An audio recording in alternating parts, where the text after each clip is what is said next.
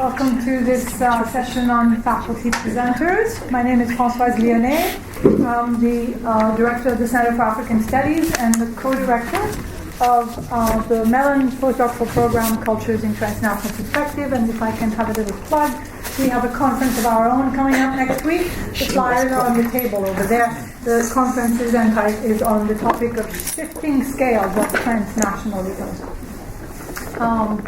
I am delighted to present the four great panelists today.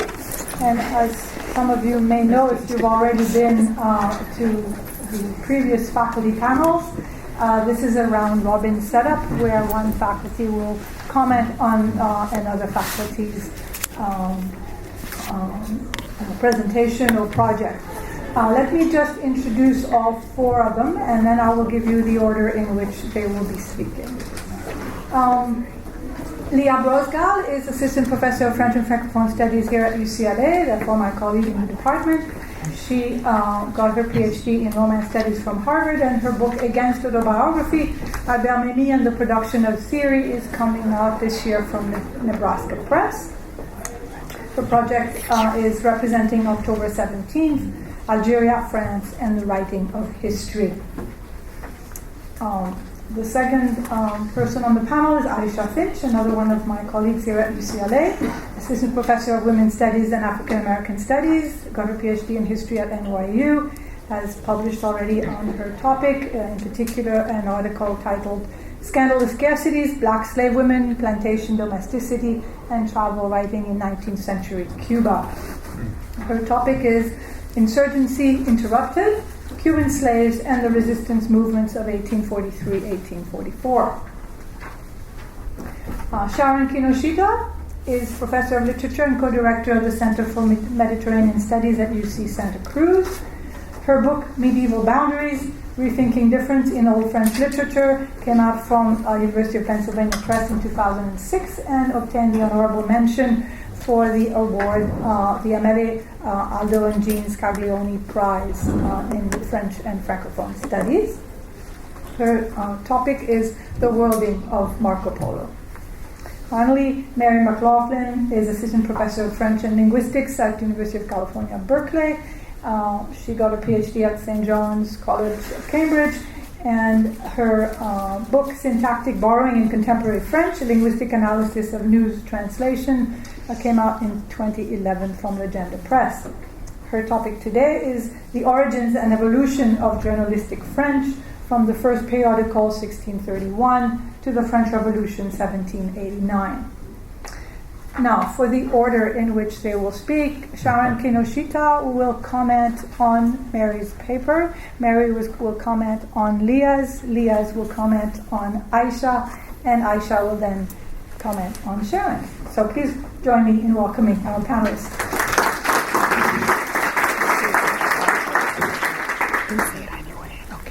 Okay, I had the pleasure of reading Mary McLaughlin's Multiculturalism in the Historical French Press.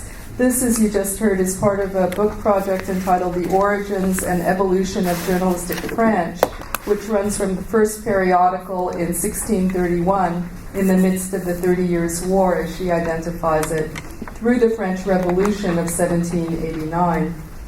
This chapter treats two periodicals in particular, the Gazette and the Journal des Savants, as the site of contact between languages, either in the form of items translated from other European languages that appear in French papers, or code switching, which in this case, I took it to mean, I hope I got you right, seems to mean how standard journalistic French might be inflected by contact with foreign languages. A syntactic example is the way that texts translated from Germanic languages tend to show a greater use of the passive voice than texts originally composed in French.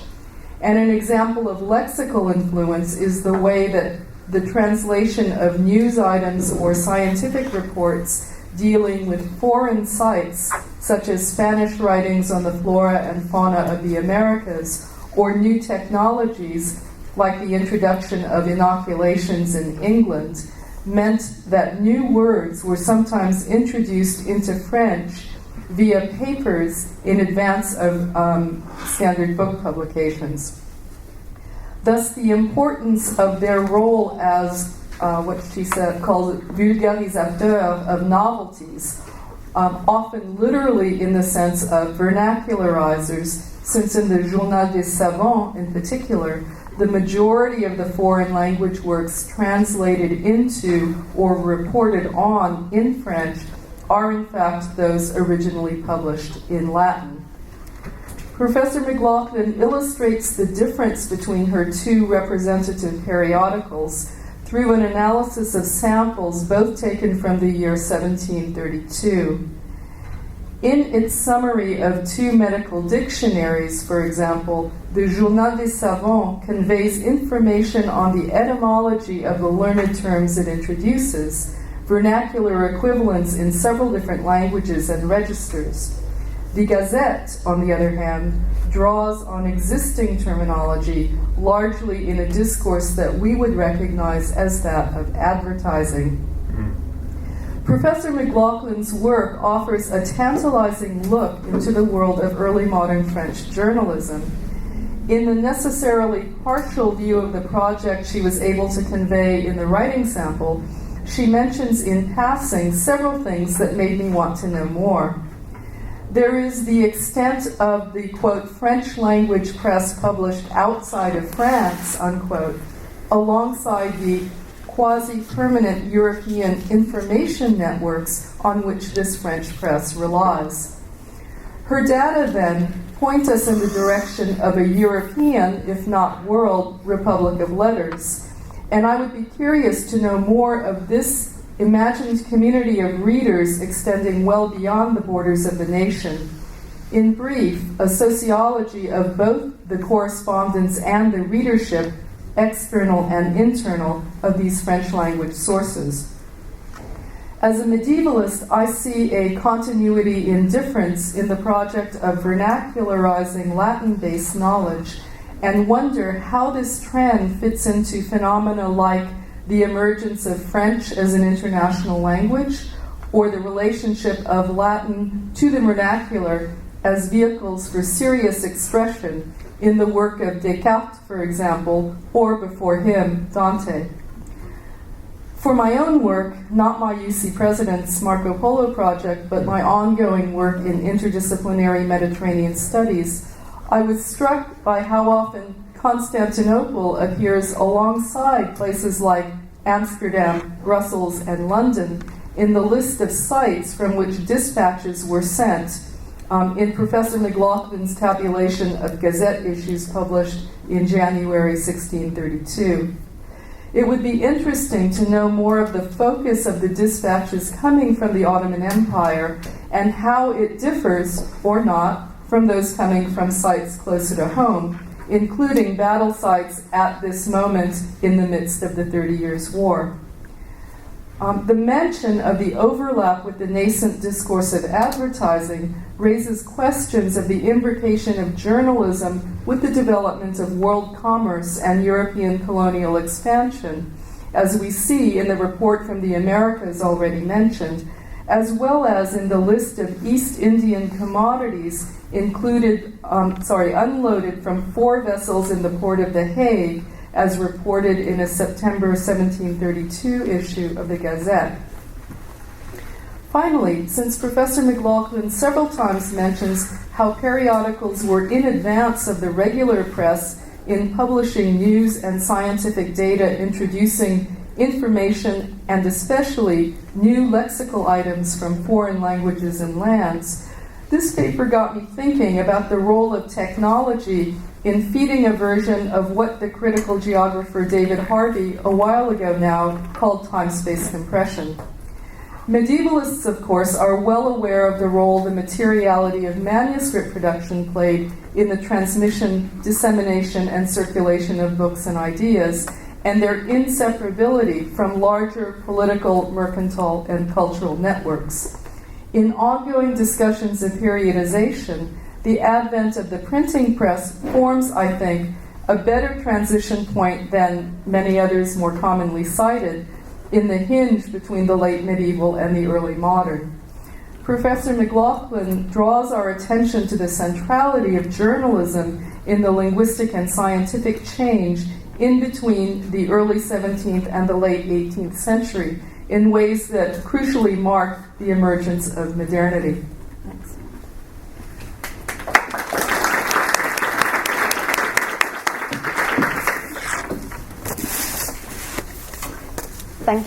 Thank you very much for that, and I will look forward to attempting to answer or at least comment on some of your many questions.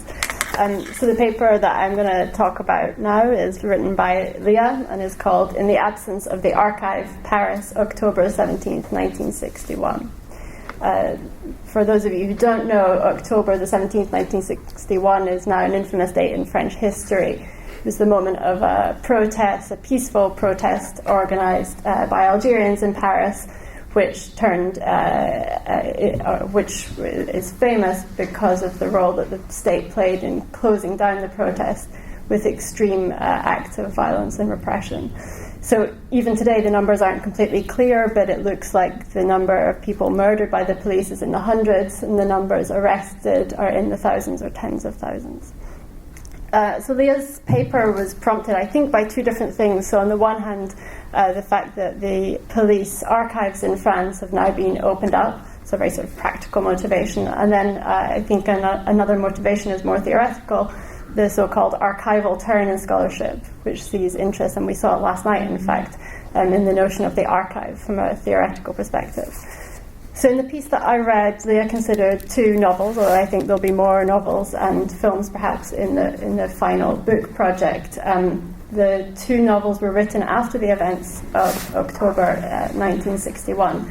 And the narratives of both novels feature moments of violence in the archive or around the archive, including the murder of not one but two researchers because they were getting a little too close to sensitive information.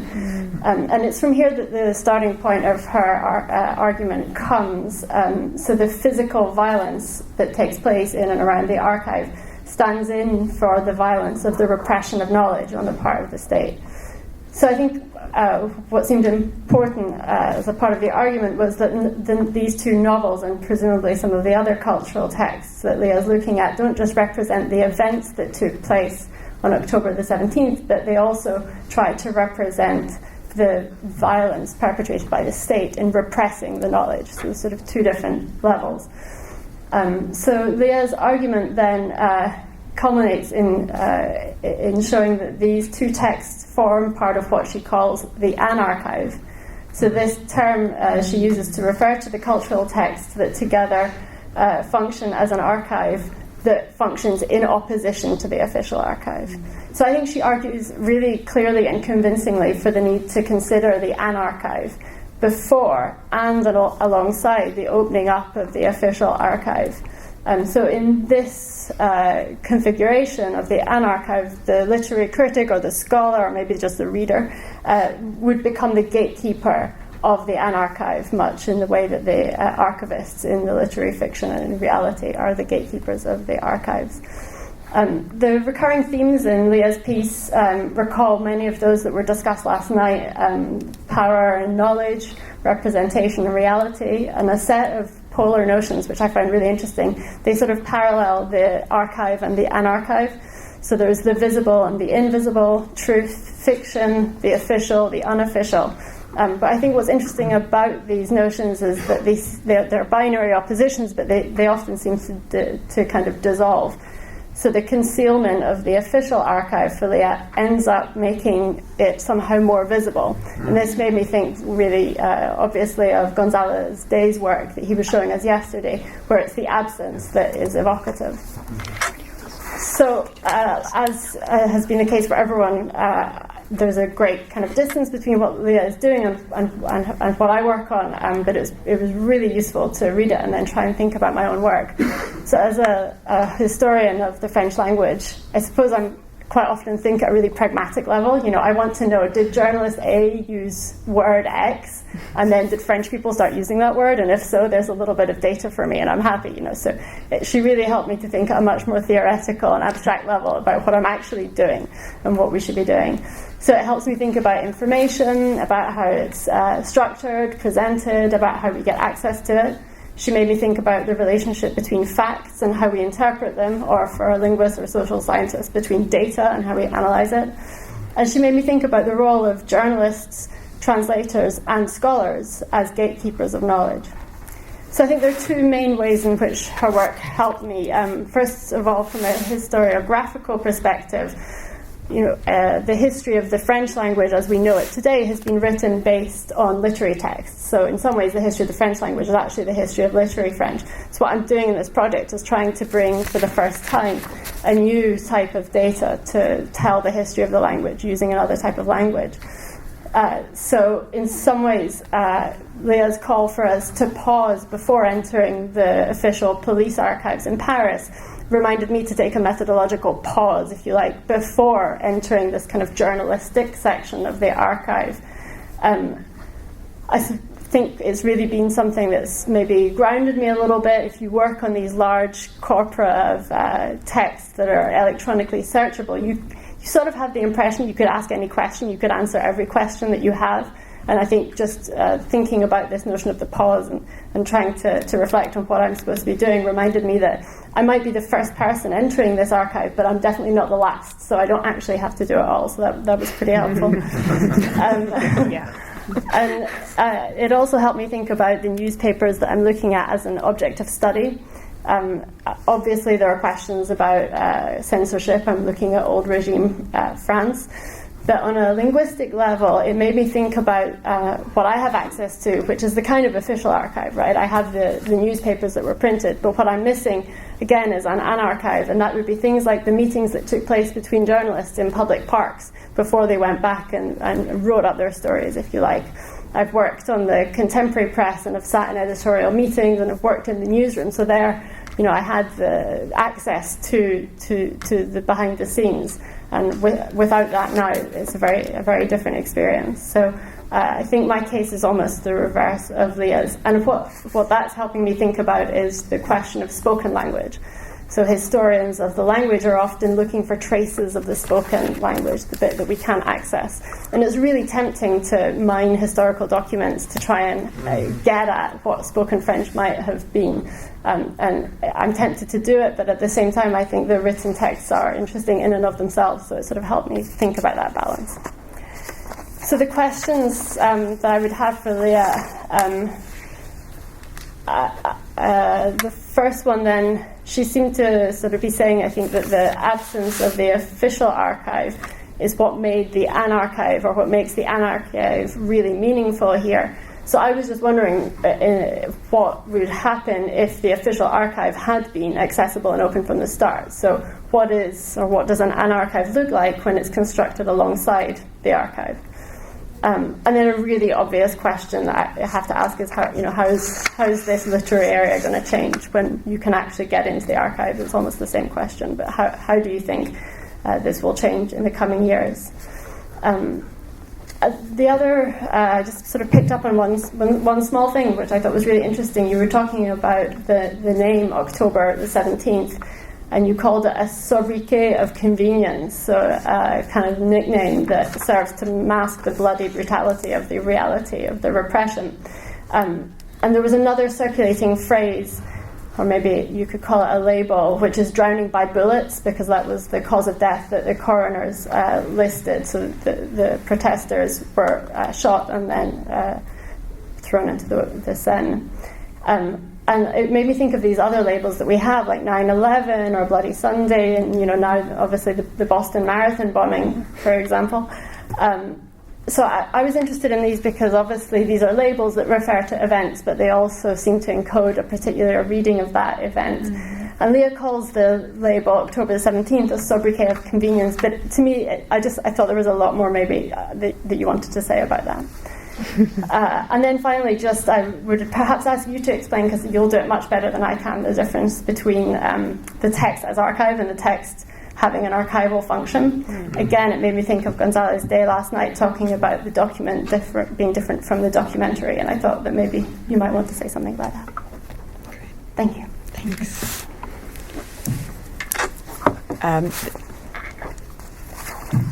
Thank you so much. I deeply admire people who can speak off of bullet points as opposed to speaking off of a script, and I'm not one of those people.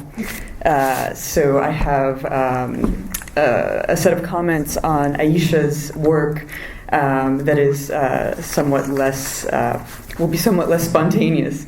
But I wanted to say, by way of introduction, that I did my graduate work in a department of Romance languages and literatures, and here at UCLA I work in a department of French and Francophone studies, and I almost never think about what difference that makes to my work and how I look at things, but reading Aisha's paper actually brought me back to the fact that there is a subtle difference there, and also brought over me waves of pleasant nostalgia for graduate school when, and who thought that was possible, when in dissertation writing groups I was reading works by my colleagues who were working on Latin America, Spanish novels, Italian novels, and so it was sort of with great pleasure that I thought about that moment of kind of effortless disciplinary cross-pollination through reading about slave insurrections in Cuba. So this is going to be hard for me because I talk with my hands a lot, so I'll try and keep concentrated on the microphone. So Aisha's book project is entitled Insurgency Interrupted, great title, Cuban Slaves and the Resistance Movement of 1843 and 1844. And so as the title suggests, a set of specific historical events are at the heart of this project, namely the rebellion and resistance movements of enslaved Afro-Cubans during the early 1840s, primarily in the agricultural region known as the Matanzas. And interestingly, that means the massacre in Spanish. And I'll just note by way of historical information that at that point in time, of course, Cuba was still a colony of the Spanish Empire and would be so until the end of the 19th century, early 20th century. So as I read it, the goals of Insurgency Interrupted are both corrective and constitutive. Corrective, insofar as the book teases out the limits of an existing historical narrative that has been, in Aisha's words, quote, enamored with imperial contests over abolition and empire, end quote, and nearly blind to the role of rural slave organizers. And I deduce from that, obviously, that the master narrative has perhaps had far more to do with urban slave organizers and urban figures. Furthermore, the established master narrative of Cuban slave resistance literature has tended to iconize a small number of what I called flashy male leaders. Reflecting on that, I think perhaps charismatic would be a better term. Thus encoding resistance and insurrection as the exclusive domain of an emergent radical, aggressive, masculine subject. And I apologize because Aisha wasn't able to attend last night, but this reminded me last night when Angela Davis mentioned the dominating figure of Martin Luther King in that particular, in the civil rights narrative, the way he has kind of become encoded as the central figure, perhaps to the detriment of smaller stories. So that was very much resonant with what I read in your project.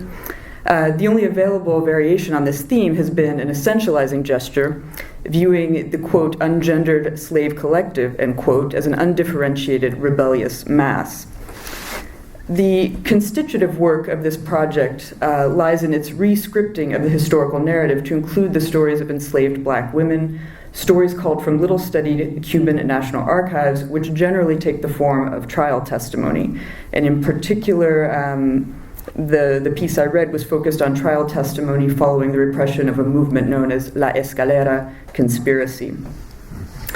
However, and this brings me more specifically to the portion of the project I read in preparation for today, Aisha's book is self-consciously aware of the methodology that would involve, and I quote her here, simply, quote, finding and inserting the missing women, end quote. Rather, what she suggests, and then goes on to demonstrate, is that by reading women's testimony and by reading for the detail, one is compelled to rethink the very concept of resistance and the forms it may take. And I would also like to draw a connection between this notion of reading for the detail that Aisha makes a methodology of her own, and my colleague Françoise Lyonnais' faculty lecture on Monday, where she made what I would call a passionate plea for reading for the detail. So just to give a little more texture to this reading for the detail that we find in Aisha's work, the reimagining of resistance that she proposes allows us to understand things like work stoppages, as well as quotidian and domestic acts of control over time, labor, family, fertility, and dignity, as subtle gestures in a broader strategy of opposition or nonviolent resistance. In the context of this interpretive work done on the trial records and witness statements, the analysis focuses on, quote, utterances meant to be small and insignificant. Again, these are Aisha's words. Again, privileging the detail.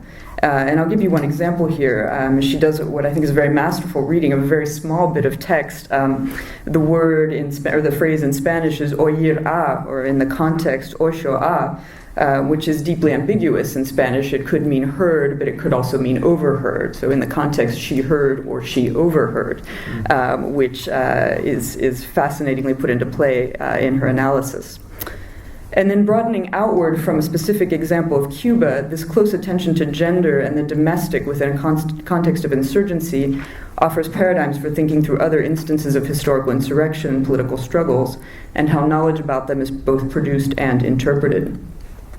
So I think perhaps obviously there's the parallels between, or the points of contact between our two projects are somewhat obvious. There is an investment in the archive, and I think it's safe to say I feel a great deal of solidarity with this type of scholarship. And I also think that our two projects next to one another speak to a kind of notion of cross-disciplinary empathy. Here we have a historian doing what I would call very literary work, very deeply literary analysis of primary texts, and myself, a kind of literary type, doing what might be considered more historical work. But beyond the fact that both of our projects deal with historical, political, and political trauma in the form of a repression by a colonial state, be it France or Spain, both dealing with archival materials related to those events, and what I have labeled an epistemological violence, violence associated with actual violence of an uprising. We both seem to be interested in aspects of these stories that are or have been rendered silent or invisible. And in particular, a portion of it, Aisha's analysis is focused on narratives of betrayal and silence that, quote, render illegible, if not wholly erasing, the ways in which Black women help to shape and produce insurgent possibilities. And then you go on to mention that the actions that become the most legible are the ones that are most consistently read as legitimate. So I've used a pair, a different lexical pair, in a kind of similar way. I have recently been conceiving of my work as participating in rendering the invisible visible, but also in exposing the ways the invisible has already been rendered visible by writers and filmmakers. And in particular, motivating the work that I did for today, I borrow from French philosopher Jacques Rancière, who wrote specifically about the 1961 massacre, which is the originary event of my project. And now I'm quoting Rancière. The police cleared the public space, and thanks to a news blackout, made its own operations invisible. It was not the blinding sun that lit up the political scene in 1961. It was an invisibility, the removal of something by the action of the police. And I go on in my piece to argue that it's not simply police efficiency that made the event invisible, but rather the efficiency of complex institutional forces that conspired to render the historical record invisible through limitations on the consultations of archives, etc. And so this next portion risks being a tiny bit convoluted. I think maybe it's something we can think through together and you can help me out. But what I was really fascinated by was this notion of this pair, legibility, illegibility, and the way it dovetailed with what I was thinking about as visibility, invisibility. So we have two pairs of antonyms that I want to put in synonymity with one another, if you'll allow that neologism. And then, furthermore, Aisha goes on to talk about the notion of what is legible being what is legitimate, and so therefore what is illegible being what is illegitimate. And all of a sudden I thought, well, I've done this all wrong. Instead of talking about the visible and the invisible, I should talk about the legible and the illegible. And I started kind of riffing in my mind about the metaphorical possibilities that open up to us if we think about it that way. I think whether or not I ultimately adopt a new sort of framework for this piece is still needs to be thought through. And yet I think it's worth taking the time to question terms we use and put them up against other terms that might possibly work. So in particular, this notion of legibility and its metaphorical field, I think, are relevant. So on the one hand, this pair legible-illegible tracks with the pair visible-invisible, right? But legible-illegible seems to contain within it some kernels that are worth teasing out.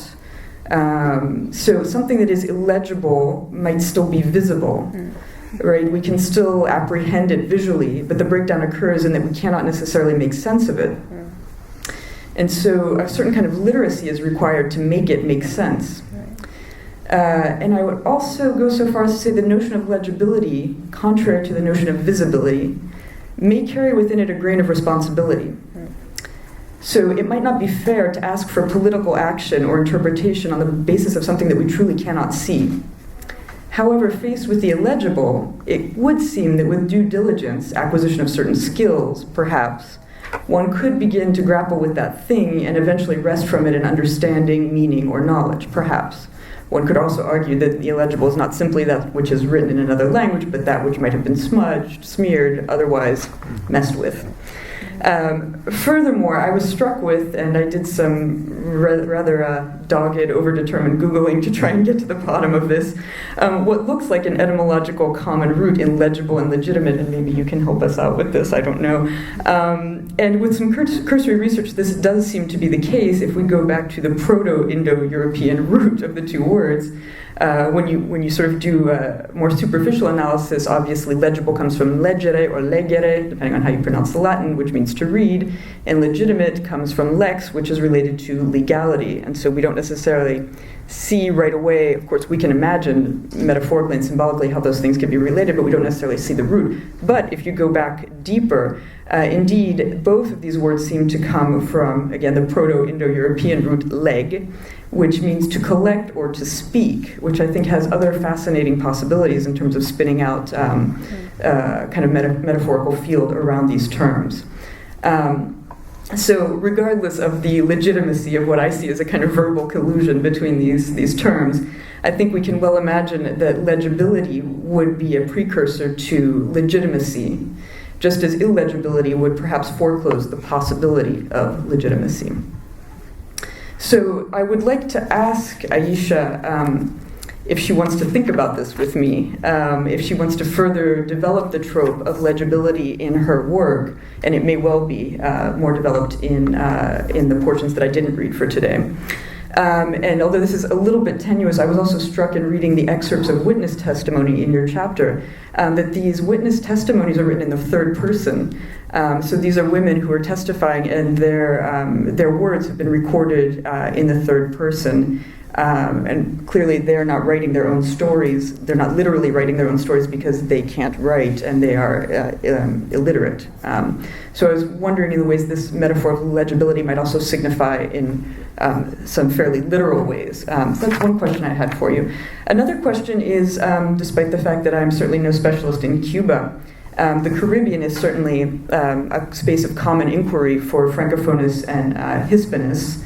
And so I was wondering about a comparison between the case of Cuba and the case of Haiti, particularly when you talk about the emergence of a kind of charismatic male figure. And I was wondering to what degree Haiti's history has also been written as a gendered master narrative that discounts or marginalizes minor figures and what you call the hidden work of rebellion in its many incarnations, and particularly in light of a new book called Free in French, which focuses on Toussaint Louverture and his role in the Haitian Revolution. Another question has to do with beyond the archives. I'm wondering about cultural productions that might enrich your reading of the trial testimony, whether there are chronicles of fiction, perhaps even produced by Spanish colonizers or elite locals, that might also add to these small domestic stories. And then to sort of bring together our common interest in archives, just a sort of factual question about the testimonies held in the Cuban National Archive that are virtually unexplored. I wonder why they're virtually under or unexplored. Are there access issues? Has the government repressed them or prohibited scholars from consulting them? Is there a lack of interest, or is it simply because scholars have been there, looked at the documents, and then dismissed them? And then finally, I'm wondering about your own, quote, archive story, and I'm borrowing this term from Antoinette Burton, who edited a volume of the same with the title, whose title is Archive Story. I'm wondering if it's worth and what the stakes are of inserting yourself into this text a bit more. What your own experience of the archive is, and how you could insert that into the discussion. How is your experience of use of or interpretation of the archives different from those of other scholars? Are the archives glossed in any way by the quote-unquote archons? And have those glosses overdetermined existing readings? And this might be something that different disciplines have a higher or lower tolerance for the degree to which you insert yourself into the story, but it struck me as potentially, if not participating in the larger book project, something that might be interesting for you to explore as a separate avenue of inquiry. Thank you.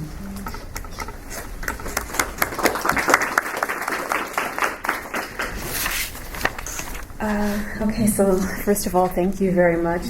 That was just very enriching and productive, and hopefully the start of several different conversations.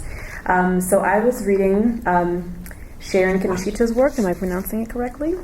So Kinoshita offers a dexterous rereading of Vieillissement, better known as The Travels, the iconic. Trying to keep myself on time here. The iconic 13th century text by the famous Venetian merchant and traveler Marco Polo. In translating and analyzing the Franco-Italian version of this text, believed to be the nearest approximation of the original, from my understanding, Kinoshita offers a new reading of Marco Polo which carefully situates him within a fluid, textual, and material world that both exceeded and contested what we have come to understand as the East and the West.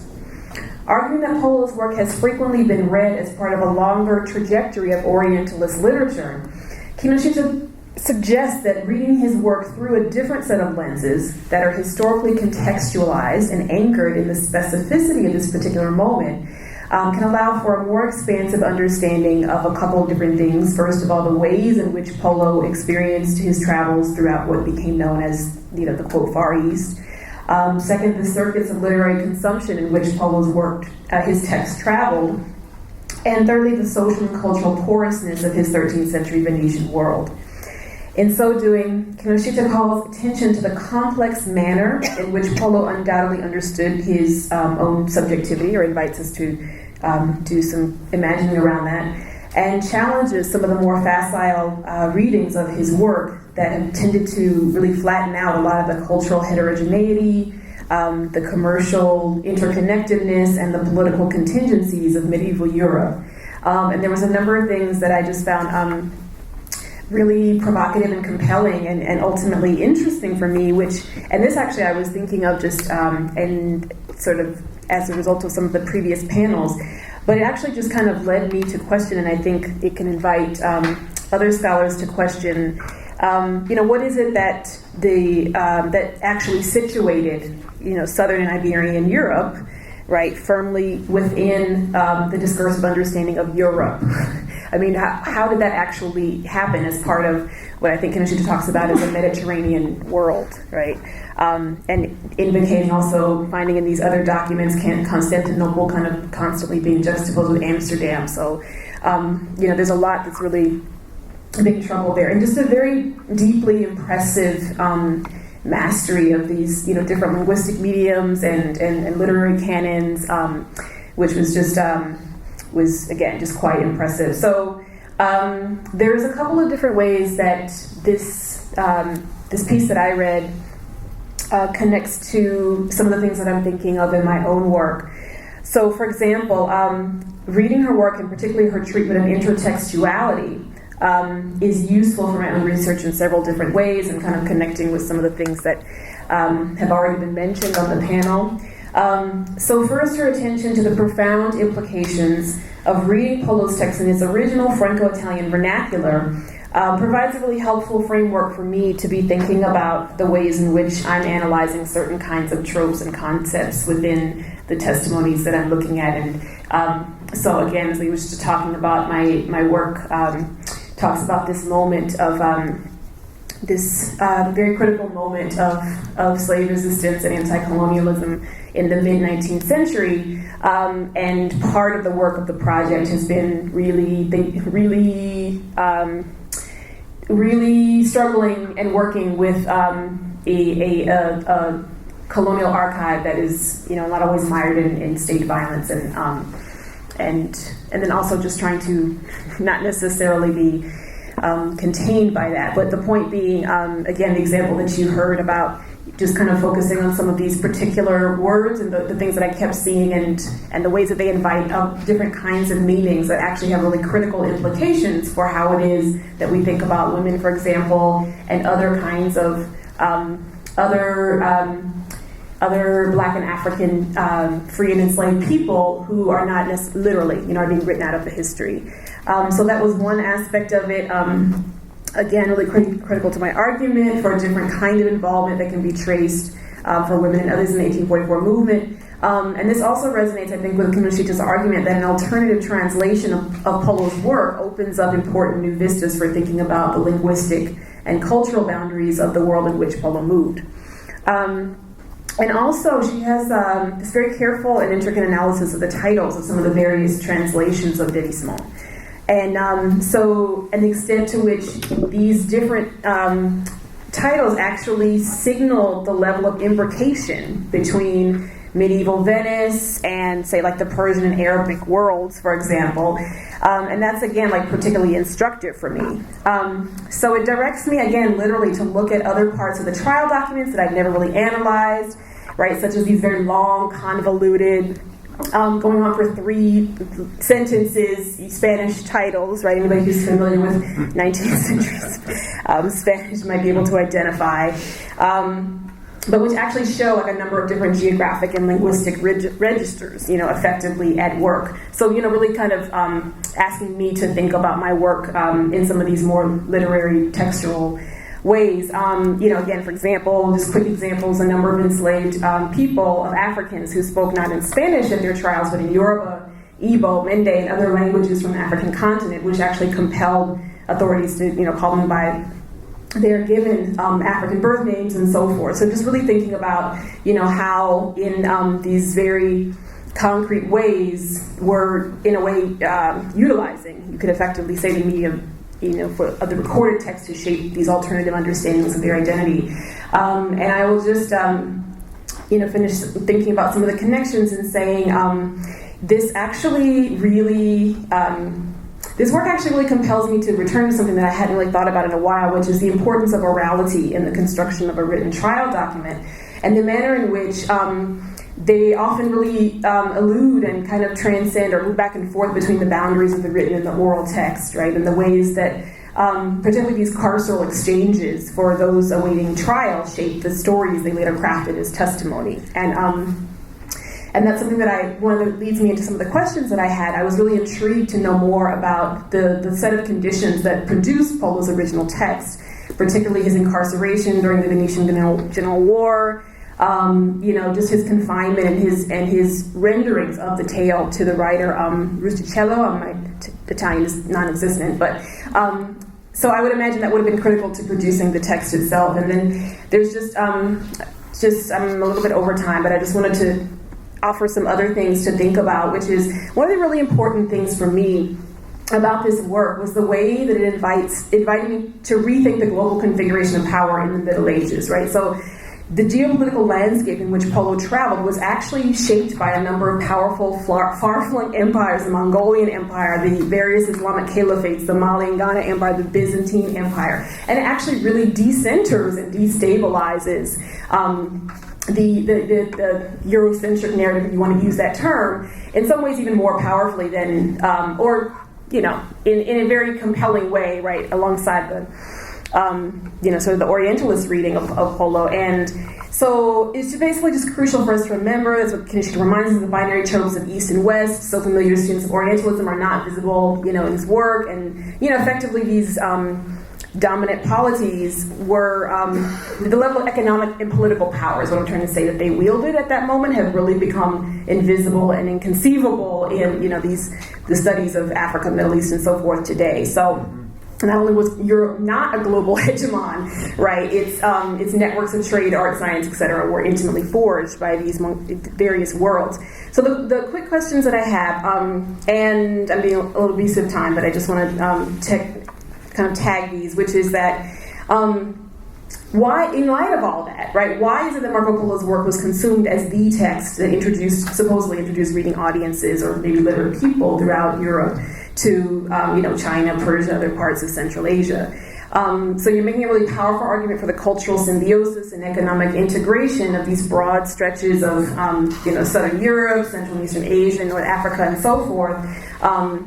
But it's not entirely clear to me, I don't know if you deal with this elsewhere, in terms of why his text actually did circulate so broadly as a publication that, kind of provided this hitherto unavailable knowledge, right, created this knowledge about Asia. And then the final thing that I want to say is that he's, there's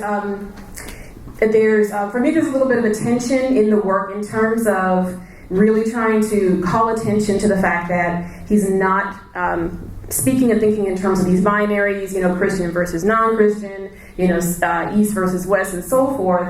And, his work is really embedded in a shared cultural discourse that resonated in a lot of different places. But at the same time, I'm kind of wanting to, I guess, kind of a more aggressive engagement with these references that he's making to, savagery and bestiality and so forth. And, so I'm thinking of like representations of blackness, for example, in early modern English travel, right, during a moment when England was not a world power. You're seeing these reiterations among the Lusophone, Hispanophone, Francophone worlds of black inferiority. But nonetheless, they did actually lay a very real foundation for a system of legal apartheid and slavery, in the English colonies and so forth. So just really thinking about how do we, how can you effectively sort of reconcile, the fact that this is against the backdrop of the final Crusades, this is against the backdrop of the Reconquista, which is, Spain reclaiming itself for its land, right, from Muslim rule, which also laid the ideological, right, and political foundations that underwrote expansion. And just kind of thinking about that. And I'm kind of way over, so I'll stop there.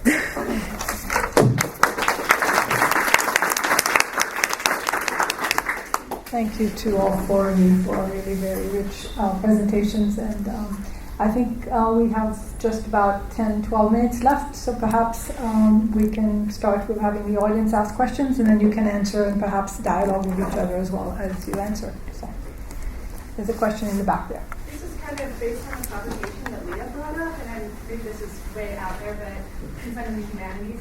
Could I just ask, are we following the precedent of the first panel and giving us a chance to... You would like to respond? Sorry, I wasn't there. I was not... I just dropped in here at 2 o'clock. So what would you like to do? What they did in the first panel was then we went down the row again and everyone sort of responded to... All right, to what was said before? All right, well, go ahead. To be continued. Okay, because I thank you, Aisha, for your comments and questions. I wanted to clarify a couple of things, which is what I'm trying to do with this Marco Polo project, which is a new annotated translation and a companion monograph, is precisely to extract Marco Polo from a lot of the teleologies and constructions in which he's been appropriated. And I think that, we talk a lot about wanting to get outside of teleological views of history, but one of the ways that, the best way I know how to do that is to look at my historical moment and to let it resonate as that historical moment in all its complexity and multiplicity. So I should say that as much as I think some of your questions about the reception of Marco Polo are really important, I've studiously avoided doing that because Marco Polo was composed in 1298, which is exactly the midway point of the century that John Abu-Lughod looks at in Before European Hegemony. And the world looks very different then than it does 100 years later, or when in the early modern period, when some of these discourses of English discourses of racialism get put into place. And looking at just, for example, the title of Marco Polo, Travels is a mid-16th century invention, so 250 years after the original composition of the text. And I just ask you to think about some of the implications that come along with the genre of travel narrative, and particularly modern expectations that we bring with it. So there's a kind of expectation of first-person authenticity, first-person kind of, first contact or some sort of heroic and, let's face it, gendered heroic exploration of something unknown, and eyewitness authority, all that kind of stuff. But if you take a title like The Description of the World, it plugs it into a whole other set of generic texts, including, this Perso-Arabic tradition of geographies. Description of the World is also the original name of the Merchant's Manual written by Pegolotti slightly after Marco Polo, etc. So one of the early English translations of this text calls it, The Travels by Marco Polo, Merchant of Venice, or something like that. And while we in the modern world have, by virtue, I think, of the fact of travel narrative, focused on Marco Polo as this heroic or despicable, individual subjectivity, I want to move it down the line and look at Merchant for one thing, what does that carry with it, and Venice on the other, what does that carry with it, and to think of Marco Polo as someone who, after all, spent 17 years or something like that traveling. So I tell my students, have you gone on junior year abroad? Can you perhaps? I'm sorry, but we really should let everybody take a chance. I will be very brief, but it seemed that the questions that you were asking were all to do with time, space, and technology. It seemed like those three things go together, so maybe I'll just say something about that. So, yes, absolutely. I think the early press it's impossible to think of the French language press as having to do with France, and I think that part of this project on the history of the press is part of a much bigger project that involves also my first book, which was looking at translation in contemporary news discourse. And I think that there's a sort of contract, if you like, between the reader and the journalist that asks us to buy into this fiction that they are writing what they have seen. So again, a kind of first-person authentic account of an event. And I think that scholarship has sort of followed that. So I've been looking at things like quotation and when a quote is used by a journalist, how oral is that quote? And often it's simply invented, right? It might be checked with the author of the quote, but it may well be invented. So the aim of this chapter was, yes, to see what was going on through the press, if the press was able to lead to borrowing and a kind of type of language contact at that point. But it's also part of that larger project, I suppose, to look behind the scenes.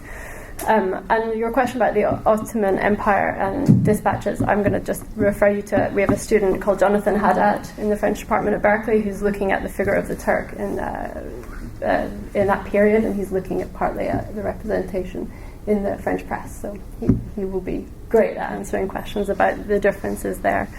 And just one really quick thought about time, something that I've really noticed in reading these early newspapers is that they write maybe from they write from Calcutta or from Constantinople or from Stockholm as if you are reading them at that moment. So I think that the notion of immediacy is extremely relative. So it feels very immediate, even if it was happening at that temporal and spatial remove.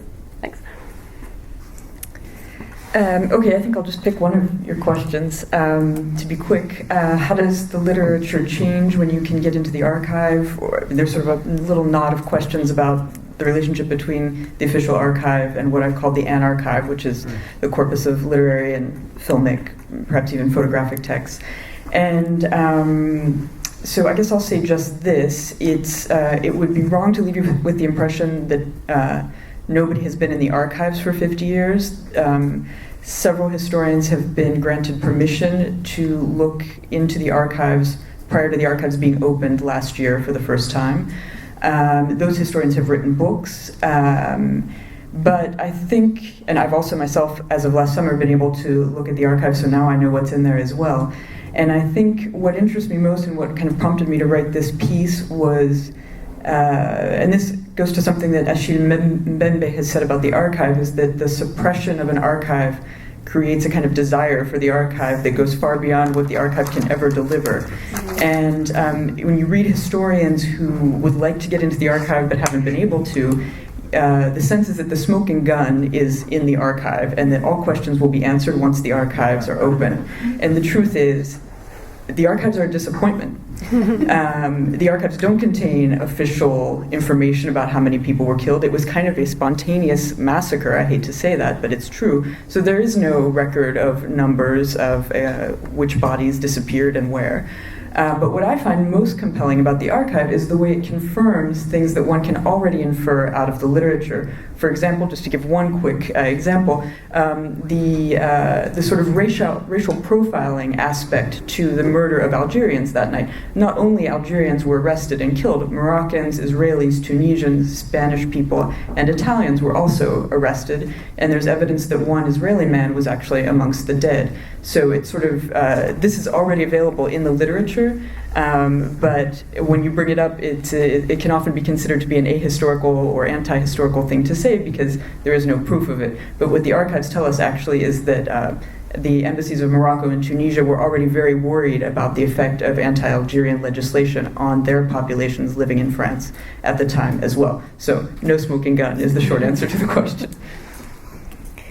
Well, I can just say really quickly that the question of legibility versus visibility is something that's really important. And in a way, I have I don't know that I was thinking of in this fashion, but the way that I was using them, deploying them in my work, was almost as one being interchangeable with the other.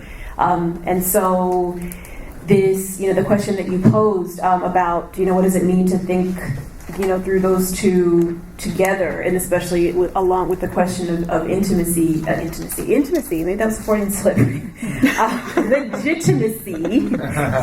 legitimate intimacy, is it holds really important implications for literally that which the conditions of possibility, essentially, for what could be apprehended by the colonial state or the folks who represented that, who were doing these interrogations, and then also the African people themselves who were responding. And one of the things that I actually try to do is to get into the intricacies, so to speak, and I do make an argument that we can use these documents, and that we have to, but in these very careful ways. So I'll stop because I see the stop. Well, thank you. I suppose since it's a coffee break, if you don't mind, we can shave a few more minutes of the coffee break, and please ask questions of our speakers. Stop there. This is for all the panelists. You're all dealing with different forms of narrative voice. And I'm wondering how you negotiate that with your own authorial voice when you're actually running up your project. I don't. My text narrative voice is complicated because it's a collaboration between Marco Polo and this romance writer. So when it says I in the text, you never actually know. It varies, and that's why the Franco-Italian is the most ragged of all the manuscripts, and it's interesting for that. So part of my authorial voice is just to open up the raggedness of the original authorial voice. Thank you all for your talks. It was very interesting. We've been talking about the archive and the anarchive, sort of thinking about it in terms of archive, actual place you go to, I was actually thinking maybe we could think about it in terms of a digital archive and a digital anarchive, and how would that change things? How would you define a digital anarchive? What sorts of materials would you use to constitute that? So just to throw, since we're in YRL, the digital home in the digital humanities, throw that in. I mean, I suppose I would think of the digital archive for my project on the old or the early French newspapers. I have this large corpus of transcribed newspapers, so that feels like the digital archive, and maybe the digital anarchive is exactly that, which I cannot access in that way. So I have the end product, and maybe the digital anarchive I can't get access to. I would say my concept of the anarchive is actually not a place at all, but a collection that exists only through the work of the literary scholar, actually. But there is an increasing amount of information available online about October 17th. And for example, some of the associations in Paris, memorialist associations that have sprung up, are having increasing presence on the web and are doing more and more work to kind of gather documents of all kinds, including filmed testimonies, letters, bits of legislation. And so that, for me, that constitutes very much a digital archive. I'm not sure what the digital anarchive would look like, but I just wanted to emphasize that for me the anarchive is not a place where you go. Well, people are beginning to leave for coffee, so thank you very much all for being here. Thank you to our speakers.